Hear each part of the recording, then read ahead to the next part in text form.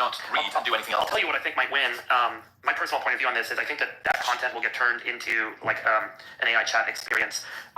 Jason makes fun of me about this, but I do sit in my car when I do a lot of long drives now. I was at my office, like Santa Cruz and the cities. I drive a lot, and I talk to ChatGPT Advanced Voice. But I'll talk about a topic, and I'll like learn about it, and I'll engage with it, and I'll kind of go back and forth.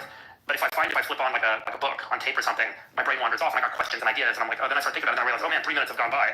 And so for me personally, maybe this is just the way I'm wired, like I kind of like the interactive model, but I do think this great content, like Jonathan Haike's book, gets put out as kind of an interactive mode, where I get to go engage and start telling you about it, I can ask questions, and it's almost like I'm having a conversation with the author. Well, and that's where going back to the earlier point, like the cultural experience is the book written by the author, but the way I experience it is going to be different than the way you experience it in an AI world. I would love to look at how people pay attention to a conversation between multiple people like a podcast compared with an audiobook. And the author is trying their best to come across with bounce and energy and engagement and stuff like that. But really it's not. And it's one person. It's one tone going through, recorded very carefully. Whereas when you've got stuff bouncing around, even that author talking about that book on a podcast, why am I so much more engaged? There's something about that which is more compelling. So it's the way humans are. Humans aren't designed to sit on the floor and be lectured to by another human.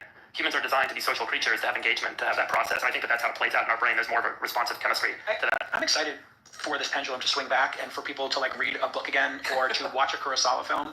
Well, that's 100% right. No, I mean, you can't watch a Kurosawa film and not feel. I'll tell you what, I think for a lot of young people, they're missing out on some of like the great beauty in life is to be able to give yourself over for 2 hours to a Kurosawa film, or to give yourself over to a book for an hour, just about an hour. And that's what we're going to see, I think, in the coming years, is people are going to look at this like they looked at junk food, like they looked at cigarettes and say, this is not healthy for me. You've seen that list of 5 regrets of the dying. It's things like, I wish I'd allowed myself to be the person I wanted to be, not the person others expected of me. I wish I'd worked less. I wish I'd kept in touch with my friends.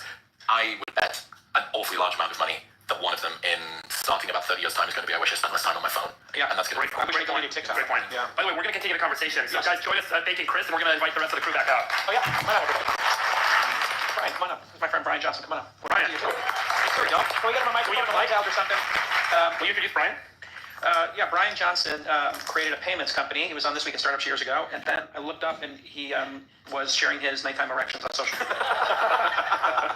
It's 3 hours and 12 minutes, yes. 3 hours and 12 minutes. We just Brian, you're Kardashian famous now. Yeah. Oh, really? You were on the Kardashians? Yeah, last week's episode. You were on last week's episode, and who was you were hanging out with Kim or which Chloe? Andrew Huberman, who was the star of the show. Who was? Andrew Huberman and Brian. That was my Trump Zelensky moment. You two in a room. I'm aware.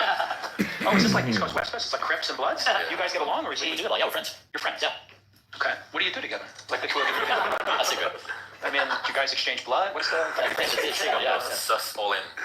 Did you lab test? Did you lab test on Saturday morning? Spotify moved to video. I think that's an interesting one to talk about. That's something people aren't really sort of factoring in, because you turn what was an audio platform into, is this audio? Is this video? Now there's trailers that you can see as well, and they are paying creators a pretty penny. So we were a part of the partner program for January and February, and we made more money from them with only 10% of our catalog uploaded than the entirety of our YouTube AdSense. So they're throwing everything at it. Well, you do. We don't. And we're working on it. Yeah, but we're working on it. But I think also like there's I think in all these platforms when they announce a new monetization model, they need model citizens. And I think, Chris, like your show is a model citizen for Spotify. Like they put you on billboards. They're definitely going like, hey, Golden Child. Yeah, Modern Wisdom is the show you want to be on Spotify. It's video. It looks beautiful. It uploads quite a bit. It has a big back catalog. So I think it's a really interesting model. To me, it feels experimental. I think if it works, it's great. Share of premium subscription revenue is awesome. Ryan, are you going to be able to be within the vicinity of that passive smoke? I imagine you're going to be counting down how many minutes it's going to knock off your life. Jason, what is this? That's a Puente. It's a nice cigar. You can just chew on it. What's going to happen if I chew on it? You get a little nicotine hit, and you're going to enjoy life for the first time in 3 years. I don't know if this fits into protocol. I mean, Just chew it. Come on. Like that. See everyone here? should I do it? Wait, hold on. Before you say something. Don't die is in your hands. Do I chew on it? No. Yes. No. Okay. That was a very clear response. It's either that or you got to do Chris's ketamine. It's one or the other. Which one do you do?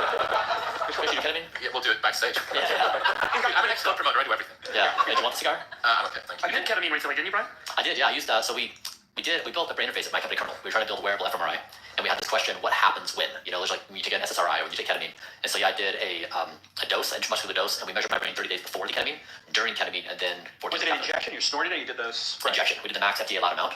And what was cool is we You saw. just did it on yourself. You're like, I'm just going to max out, right? Just like, No, we had an IRB. We had it approved ethically, and what we saw. So sorry, just real quick. Have you done ketamine before this? no, first time. So you're just chilling. You're like, I'm going to max out on ketamine. Yeah. I just want to make sure I really get this. Like, I want to get your mindset. Yeah. We wanted to see the effect. So like we had. When you say we, that's just you, right? Like, Well, okay, so we spent 6 years building this brain interface. So we built a custom ASIC. We like pushed it through COVID. Like it was like an all-in effort. you don't have like an intern or 23-year-old analyst or something to be like, max out on ketamine. Like, I was also doing blueprints, so I was like, this is interesting. Like, what actually happens to the brain when? And so, like, you think about, so you put this helmet on your head, and think of your brain like a globe. It has airports all around. You see traffic, New York to Tokyo.